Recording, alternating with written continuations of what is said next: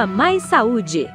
Chegou a hora do nosso quadro Viva Mais Saúde. Hoje, gente, vamos abordar um tema que desperta cada vez mais interesse e também muitas dúvidas, que é o papel das abordagens naturais no acompanhamento de pessoas com autismo. Mas até que ponto a naturopatia pode ajudar? Você conhece? Você já ouviu falar? Quais as práticas são seguras e como integrar esse olhar mais holístico com os cuidados da medicina tradicional baseada em evidências? Para nos ajudar a entender melhor todas essas questões, está aqui comigo mais uma vez a doutora Aniele D'Agostino com a gente. Muito bom dia, bem-vinda, doutora! Muito bom dia, Vanessa. Obrigada mais uma vez estarmos aqui trazendo informação. E é um prazer imenso, inclusive, né, nesse mês de conscientização do autismo, falar sobre o assunto. Com certeza. E com a abordagem da naturopatia, inclusive. Então, antes de tudo, a primeira pergunta, antes de a gente entrar, né, nesse universo todo, eu queria que você explicasse o que é a naturopatia. Muita gente, acredito, que nunca ouviu falar nessa palavra, né, não conhece o que é, de fato, a naturopatia e como é que ela pode ajudar. Que bom, que ótimo, nós podemos expandir. Inclusive, a naturopatia, ela é uma profissão, é uma especialização também de medicina natural. É muito pouco falada, porém ela é milenar. Ela vem muito antecedente, inclusive, à medicina tradicional. É uma das práticas mais praticadas, inclusive, na Alemanha, na Europa, inclusive nos Estados Unidos também. Inclusive, eu sou uma, né, das idealizadoras dessa prática aqui no Brasil. Nós formamos, inclusive, profissionais através do Instituto EDAD. E é uma prática onde nós enxergamos o paciente como um todo. Então, não é especificamente uma especialidade onde a gente vai cuidar do paciente isoladamente de algo, né? Por exemplo, como a dermatologia, como de fato, né, os médicos tradicionais nas suas especialidades, que é muito importante, mas a naturopatia ela vai olhar de uma forma integral, olhando como corpo, mente e espírito integrado. Então, o paciente, ele de fato precisa ter essa tríade em conjunto dentro do tratamento. É uma medicina, vamos dizer, natural, mas não dentro da medicina tradicional. Entendi, perfeito. É um conjunto, né? Um complexo realmente. Agora, doutora, mergulhando, né, nesse universo, no mês da conscientização sobre o autismo, por que é tão importante debater esse tema atualmente? Justamente porque o aumento tem sido muito grande, né, Vanessa? A gente tem visto o aumento das famílias passando, de fato, né, por esse diagnóstico com as crianças. Antigamente, né, quando nós falávamos ali em 2000, era uma criança para 156, né? Cada 156 crianças, uma tinha o diagnóstico. Hoje, cada 36 crianças, mais ou menos, né, a estimativa é de que uma criança nasça com autismo. Então, esse quadro aumentou muito. Claro que também o diagnóstico, hoje a gente consegue detectar melhor esse diagnóstico, mas de fato, a gente com toda a evidência de estudos, a gente vê que o aumento teve uma alavanche muito grande. E tem uma causa específica para esse aumento? O que é que motivou? O autismo a gente enxerga que não tem uma causalidade específica, né? Ele é multifatorial, então existem várias causas, né? Como inclusive a genética é um dos fatores, então a genética do papai, da mamãe, né? A gente vê hoje papais e mamães gerando já doentes, né? Então com o ambiente intoxicado, inflamado, com cargas parasitárias, e isso vai dar uma probabilidade da criança ter o diagnóstico de uma forma, inclusive, mais precoce, inclusive no próprio ventre. Hoje a gente já consegue até trazer esse diagnóstico da criança na gestação, que ela pode estar sendo desenvolvida a esse aspecto. Na gestação já tem como saber? Já consegue. Nos Estados Unidos hoje já tem exames que a gente já consegue ter essa detecção, inclusive, né? Mas também crianças, às vezes, desenvolvem por conta do ambiente, né, da alimentação, do próprio ambiente de contaminação. Então, é multifatorial mesmo, principalmente pela questão genética e a questão ambiental, que a gente fala epigenética, é o ambiente onde essa criança vive. Então, muitas das vezes, ela tem um ambiente onde ela tem essas cargas emocionais, inclusive, também podem, de desnutrição. Então, a gente vê que a criança com autismo, ela tem um aumento de desnutrição também, então não é só o comer, mas às vezes ela está desnutrida porque ela já nasceu muitas das vezes até com esse processo de desnutrição, que é tão importante esse momento no período da gestação, inclusive. tem relatos de falta de vitamina D, também de algumas vitaminas. Isso é real? É real. Então, assim, uma das vitaminas que a gente mais detecta na criança, né, com espectro autista, é a deficiência de vitamina D e principalmente a vitamina B12, que é uma vitamina essencial para o sistema nervoso, né, neurológico. Então, muitas crianças têm deficiência, inclusive da vitamina B12. E uma vez que essa vitamina, né, ela é ali desenvolvida, trabalhada, suprida, a criança ela tem uma melhora muito grande, inclusive no desenvolvimento. Doutora, agora eu queria que você esclarecesse um pouco melhor. Eu tenho certeza que quem está em casa, que tem dúvida, que tem, né, alguma criança, tem algum sinal ali, né, está prestando atenção muito nessa entrevista, porque é esclarecedora, né? E quais são, eu queria que você abordasse, trouxesse para a gente quais são os sinais que os pais precisam estar atentos, alertas, né? Até a partir de que idade, na verdade, dá para se ter certeza de que alguns sinais que aquela criança, alguma coisa que ela faz ou que ela deixa de fazer, pode indicar aí um caso de autismo? Ótimo, ótima pergunta, porque isso que é importante. Quanto mais precoce, melhor. Né? Quanto mais o papai e a mamãe, a gente como mãe principalmente, ninguém conhece melhor os filhos do que a própria mamãe, né? Então, essa análise está ali perto, identificando quais sinais bem importantes, né? Então, o atraso da fala, isso é um sinal, porém, mais precoce que isso é a criança que tem muita coliquinha, muito choro, às vezes nada, criança com choro, Vanessa, nunca é normal, né? Então hoje a gente vê que a criança com espectro, a maior parte delas tem desequilíbrios intestinais.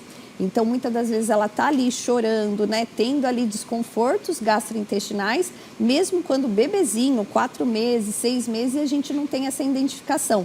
Distensão abdominal, seletividade alimentar. Então hoje a gente já vê crianças, bebês, com dificuldades até na parte da alimentação. Isso já é um sinal, né? Muito antecedente do que somente a fala, que atrás, às vezes a gente só vai ter essa percepção com 3 anos, 2 anos de idade. Então, os sinais mais precoces, principalmente, é no processo digestivo, né? A criança observar as fezes dessa criança na fraldinha. Então, se é uma fraldinha com fezes mais diarreica, a gente tem que ter essa observação, porque hoje está muito ligado, né, o sistema digestivo e intestinal com, inclusive, o diagnóstico do espectro autista. Então, tem toda essa ligação. Totalmente. Intestino e autismo, está tudo ligado. Está tudo ligado, inclusive porque o intestino, né, como a gente fala, é o primeiro cérebro, então ele vai comandar esse sistema nervoso também, a parte do comportamento, propriamente por conta disso, mas o intestino, a ciência já está mais do que comprovada, e quando a gente muda da saúde para esse sistema, o comportamento muda das crianças. Crianças começam a, inclusive, verbalizar quando o sistema digestivo ele é, de fato, né, ali reabilitado. Mas, doutora, tem um ponto importante que eu tenho um bebê pequeno em casa, né, que tem 1 ano e 3 meses, o Bernardo, e a gente acaba que muitos pais passam por isso, que é essa dificuldade na introdução alimentar. Você frisou que pode ser um dos pontos, mas também não pode ser. Então, é bom deixar claro, né, observar os outros sinais também. Não é só porque teve um atraso na fala que está tendo dificuldade na introdução alimentar, que é necessariamente o autismo, né? Mas é importante prestar atenção no conjunto e buscar ajuda também, né? Exatamente, buscar ajuda. Então, assim, a criança geralmente seletiva, ela vai ter, às vezes, só 2, 3 alimentos que ela aceita. É muito pouco. E, inclusive, quando a gente fala sobre seletividade, é que tem alguns alimentos que, inclusive, ela passa mal. Então, a criança ela vai ter, às vezes, essa seletividade justamente por conta de alergias. Toda criança que manifesta uma alergia com um alimento, né? Tudo isso já é um processo de uma resposta intestinal. Quem está dando essa resposta de processos alérgicos? O próprio sistema imune, 70% a 80% desse sistema está dentro do nosso intestino. Então, isso já é respostas desse desequilíbrio intestinal. O caminho, Vanessa, é desde cedo a gente cuidar desse intestino do bebê, né? Quanto mais saúde intestinal, mais a gente consegue, inclusive, né, prevenir várias outras patologias, inclusive aumentar o sistema imune da criança, como também, inclusive, até evitar um diagnóstico como autismo, quando sim ele não prevê de uma genética. Uhum. Agora, voltando, falando da naturopatia, que a gente falou lá no início, como é que ela enxerga o autismo? Como é que é feito o trabalho, né, a partir da naturopatia, né, em crianças? Principalmente a gente fala de crianças, mas a gente sabe que tem o diagnóstico tardio hoje em dia também, né, de muitos adultos com autismo que não sabiam na época que eram crianças. Mas como é que é feito esse trabalho? A naturopatia, o olhar dela para o autismo, a gente não enxerga o autismo como um diagnóstico, como uma patologia, né? A gente enxerga quais os caminhos que esse organismo precisa para ter uma melhora significativa e que o próprio organismo ele se reajusta para qualquer que seja a autocura, seja, né, de um diagnóstico do autismo, que ainda é muito considerado que não existe cura, porém a gente, com a naturopatia, a gente vê crianças saindo do diagnóstico e recebendo altas, inclusive, de médicos, né? Então, o objetivo é que a naturopatia ela ajuste esse organismo, dê recursos o suficiente para ele se autorregular. Como? Através da alimentação, da rotina, do estilo de vida dessa criança e o ambiente familiar. Então, é ajustar todo esse conjunto e ter profissionais também ali, né, multidisciplinar, apoiando toda essa base. Então, a naturopatia, a gente não trata o diagnóstico, a gente trata o indivíduo, o paciente, ver quais são as necessidades que ele precisa para a gente adequar, acompanhar, acolher e estar ali monitorando o tempo inteiro com a família.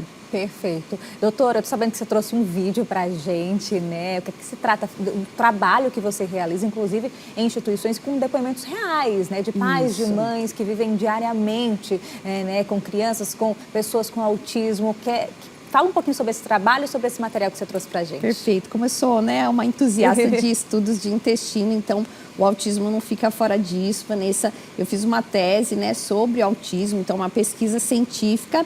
E para que essa pesquisa fosse validada, eu precisava aplicar com algumas crianças. Eu já trato crianças com autismo já há bastante tempo, mas exclusivamente essa tese precisaria que isso fosse muito simplificado. Porque hoje dentro da clínica, né, a criança vai, recebe os tratamentos, os aparelhos que a gente tem, mas exclusivamente essas crianças foi de uma forma muito simples, apenas mudando especificamente o sistema ali ambiental dessas famílias. Então, foram crianças carentes, famílias realmente carentes. Foi um projeto gratuito onde a gente selecionou as crianças, né? Lembro que, inclusive, foi no ano passado, a gente teve muitas inscrições. A gente só ia selecionar 10 para o estudo, mas a gente acabou colocando 23 crianças. Elas receberam fitoterapias para ajudar nesse suporte, mas o mais importante, elas receberam esse apoio de mudanças de estilo de vida, com alimentação, né, com o ambiente familiar, o apoio para as mães, e apenas em 4 semanas, Vanessa, os resultados foram surpreendentes. Que coisa maravilhosa. Vamos conferir um pouquinho desse trabalho agora na tela? Esse é o protocolo 3D TEA, onde juntamente com o Instituto Health Color realizamos esse projeto gratuitamente em 23 crianças. E durante um curto tempo, apenas 4 semanas, essas crianças e suas mães receberam um apoio nutricional, intestinal e emocional. Foi um cuidado completo e remoto, mas respeitando a individualidade e a história de cada família aqui. Os resultados foram surpreendentes.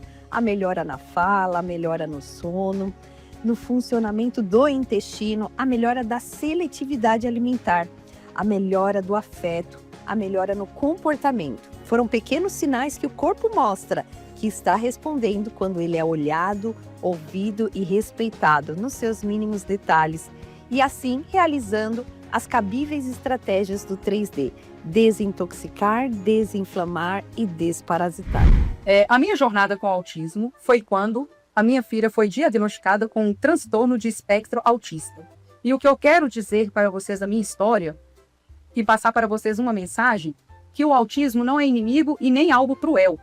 Com dedicação e trabalho, podemos sim superar qualquer obstáculo e qualquer diagnóstico. Ou seja, pegando uma criança autista de nível 3 de suporte, levando ela para o nível 2 de suporte e chegando ao nível 1 de suporte. E eu quero agradecer aqui toda a equipe da doutora Aniele e principalmente a Deus. E agradecer também o desenvolvimento da minha filha e a evolução que ela teve nesse tratamento. Muito obrigada a toda a equipe. Vocês estão de parabéns.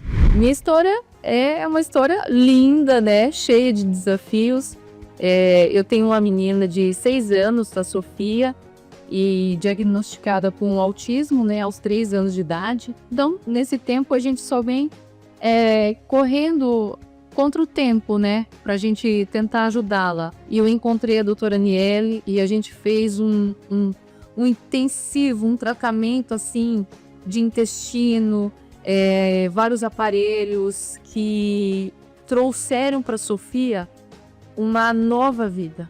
Agradeço a doutora Aniele por tudo que ela fez, por todos os tratamentos, e agradeço a Deus por me trazer até aqui. Uma mãe em desespero, ela procura todas as formas de ajudar o filho. E estarei agora palestrando nos dias 24, 25 e 26. Estarei presente no maior congresso de saúde e terapias integrativas no TDAH e autismo em São Paulo. E juntamente com o lançamento do livro O Autismo Além do Comportamento.